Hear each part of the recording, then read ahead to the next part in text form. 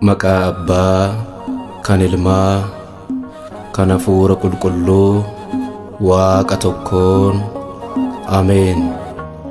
Anaaf Kiristoos jireenya kooti. Ergaa Phaawulos gara warra Fiiliphisiyuus boqonnaa 1:21. Anaaf Kiristoos jireenya kooti. Anaaf Yesuus jireenya kooti. Waa'ee sabduun bu'aa kan kooti. Maqaa sabduun bu'aa kan kooti. Anaaf Kiristoos jireenya kooti. Anaaf Yesuus jireenya kooti. Waa'ee sabduun bu'aa kan kooti. Maqaa sabduun bu'aa kan kooti.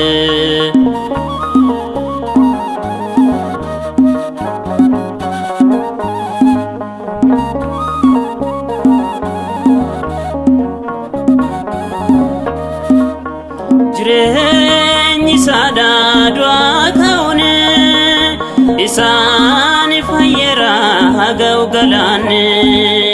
Anoon qabsaa wangeela isaati du'ees jiraadhe sanuu kan isaati. Anaaf Kiristoos jireenya kooti. Anaaf Yesuus jireenya kooti. Waa'ee sabduun bu'aa kan kooti. Maqaa sabduun bu'aa kan kooti.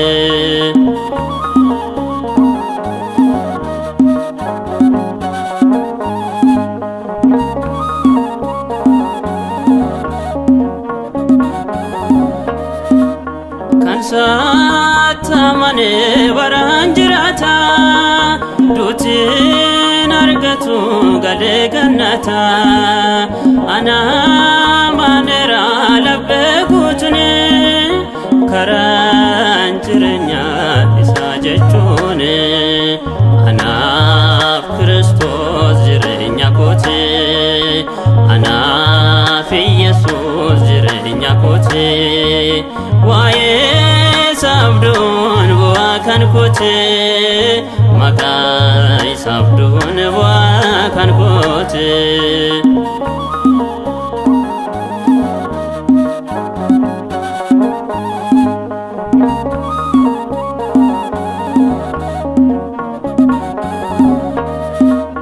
Biddeen jireenyaa dhungoo hin dhabne.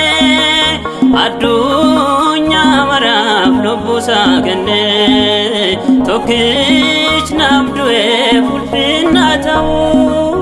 Galaan boqubaan isaa haa ga'u.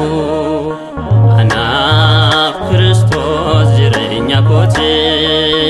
Anaaf Yesuus jireenya kooti.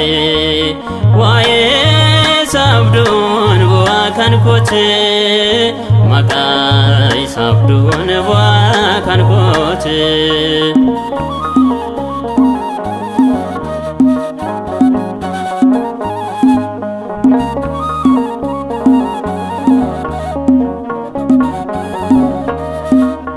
Du'aaf naan kennuuf yoolifannoo. Gatii baaseera baateera fannoo. Nyaadhee dhugeera foonsaaf dhiigasaa. Ani ilma isaati dhaaltuu manasaa. Anaaf Kiristoos jireenya kooti. Anaaf Yesuus jireenya kooti. Waa'ee sabduun bu'aa kan kooti. Maqaa sabduun bu'aa kan kooti. Anaaf Kiristoos jireenya kooti. Anaaf Yesuus jireenya kooti. Waa'ee sabduun bu'aa kan kooti. Maqaa sabduun bu'aa kan kooti.